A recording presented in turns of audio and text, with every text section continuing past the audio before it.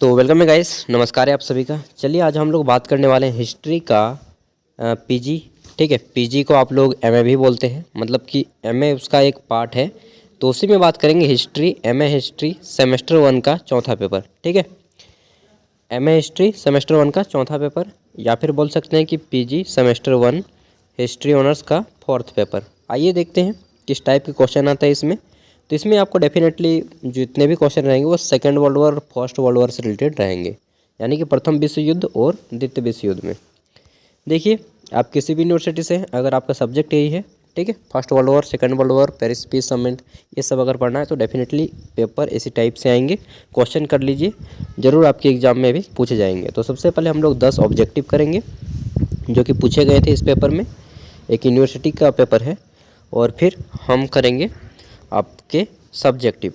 तो पहले देखते हैं, पहला ऑब्जेक्टिव क्वेश्चन है, इसमें पूछा गया था कि प्रथम विश्व युद्ध प्रारंभ हुआ था, और यह कब का पेपर है तो देख लीजिए 21-23 सेशन में पूछा गया पेपर है। एमए 2 साल का होता है, ठीक है ना। तो प्रथम विश्व युद्ध कब प्रारंभ हुआ था? First world war broke in, तो यह हुआ था आपका 1914 से स्टार्टिंग हो गया था, 1919 तक चला था। तो ऑप्शन सी इसका राइट आंसर हो जाएगा। क्वेश्चन नंबर 2 देखिए, इसका क्वेश्चन है कि द्वितीय विश्व युद्ध आरंभ हुआ था। The second world war started in, तो सेकेंड वर्ल्ड वॉर कब स्टार्ट हुआ था दोस्तों?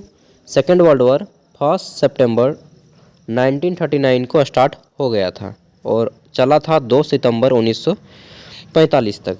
ठीक है, क्वेश्चन नंबर 3 है, इसमें पूछा गया है कि पेरिस जो पीस समिट है, पेरिस शांति सम्मेलन या पेरिस पीस कॉन्फ्रेंस, यह कब हुआ था? तो दोस्तों 1919 ईस्वी में पेरिस शांति सम्मेलन हुआ था, या शांति समझौता भी बोल सकते हैं आप लोग। ऑप्शन सी इसका राइट आंसर हो जाएगा, 1919। और यह पेरिस में हुआ था, जो कि फ्रांस की राजधानी है, फ्रांस की राजधानी पेरिस। ठीक है, आगे देखते हैं। क्वेश्चन है कि 14 सिद्धांतों से कौन संबंधित है?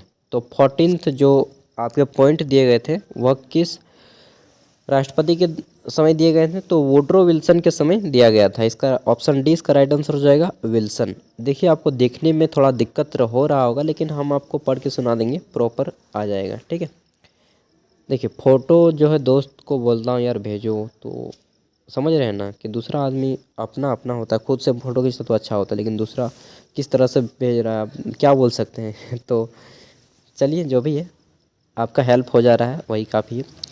क्वेश्चन है 5वां नंबर, फासिस्ट दल की स्थापना कब हुई? When was fascist party established?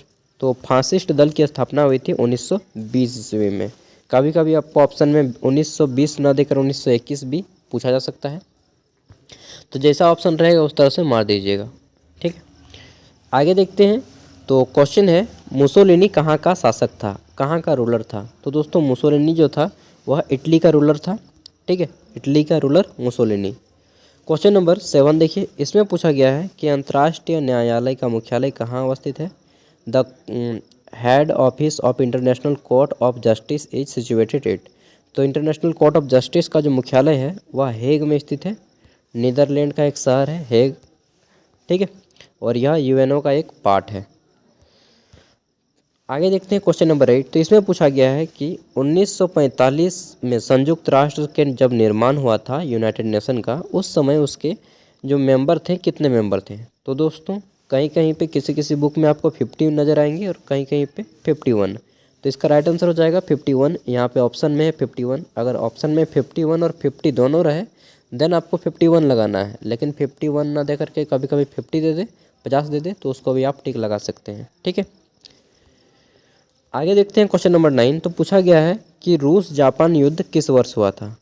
तो रसिया और जापान के जो बीच युद्ध हुआ था यह हुआ था 1904 ईस्वी में, 1904 से 5 ईस्वी। ऑप्शन डी इसका राइट आंसर हो जाएगा। अंतिम क्वेश्चन है इस पेपर का, इसमें पूछा गया है कि जापान के हिरोशिमा पर अणु बम किस देश ने गिराया था? तो जापान के 2 शहर हिरोशिमा और नागासाकी, इन 2 शहरों पे अमेरिका ने परमाणु बम गिरा दिए थे। ठीक है, फैटमैन और लिटिल बॉय उन दोनों बम का नाम था। आगे देखते हैं। तो यहाँ पे ऑप्शन 20 का राइट आंसर हो जाएगा। अब आता है लॉन्ग आंसर टाइप क्वेश्चन, और यहाँ पे लॉन्ग आंसर टाइप देखिए, यहाँ पे तो बोला गया है कि 3x4 यानी कि किन्हीं 4 प्रश्नों के आंसर करने। ठीक है, टोटल पेपर आपका 70 मार्क्स का है और किसी किसी यूनिवर्सिटी में 100 मार्क्स का भी पेपर होता है, किसी में 70 मार्क्स का, किसी में 80 मार्क्स का। ये डिपेंड करता है आपका यूनिवर्सिटी क्या है, लेकिन पेपर 99% यूनिवर्सिटियों में सेम होता है। ठीक है, देखिए क्वेश्चन नंबर 1 है मैटरनिक के ऊपर आप छोटा सा नोट लिख सकते हैं। दूसरा है वुड्रो विल्सन के आप छोटा सा नोट लिख सकते हैं। ऑप्शन 3 है मुसोलिनी के ऊपर आप छोटा सा नोट लिख सकते हैं। ठीक है, और ऑप्शन 4 है आपका कि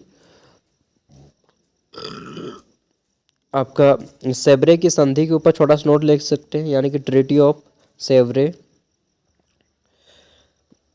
आगे देखते हैं तो फांसीवाद के ऊपर आप छोटा सा नोट लिख सकते हैं। और 6ठा है आपका बोरानिया संकट के ऊपर आप छोटा सा नोट लिख सकते हैं। सॉरी, बोसानिया संकट है, बोसानिया संकट, क्राइसिस इंग्लिश में बोलते हैं। आगे देखते हैं तो अब आते हैं very long answer type question, यानी कि अति दीर्घ उत्तरीय प्रश्न। इसमें आपको 12 अंकों वाले प्रश्न पूछे गए हैं। अलग अलग यूनिवर्सिटी में अलग अलग मार्क्स पूछे जा सकते हैं, लेकिन सभी में आएगा ही लॉन्ग आंसर टाइप। तो लॉन्ग आंसर टाइप के क्वेश्चन को नोट करते जाइएगा अपने कॉपी में। पहला है कि प्रथम विश्व युद्ध के कारणों पर प्रकाश डालिए, throw light on the causes of first world war. ठीक है, दूसरा क्वेश्चन है कि मोरक्को संकट पर एक निबंध लिखें, right an essay on Morocco crisis.